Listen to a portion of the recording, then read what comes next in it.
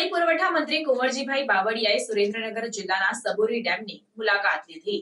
સુરેન્દ્રનગર જિલ્લામાં ગુજરાત સરકારના જળ સંપત્તિ અને પાણી પુરવઠા, અન્ન નાગરિક પુરવઠા અને ગ્રાહક સુરક્ષા વિભાગના કેબિનેટ મંત્રી કુંવરજીભાઈ બાવળિયાએ મૂડી તાલુકામાં ઉમરડા ગામ ખાતે આવેલ સબોરી ડેમની મુલાકાત લીધી હતી। આ તકે મંત્રીએ ઉપસ્થિત સર્વે ગ્રામજનોના સબોરી ડેમની ઊંચાઈ અને ઊંડાઈ વધારવા તેમજ સૌની યોજનાથી ભરવા સહિતના પ્રશ્નો રસપૂર્વક સાંભળ્યા હતા।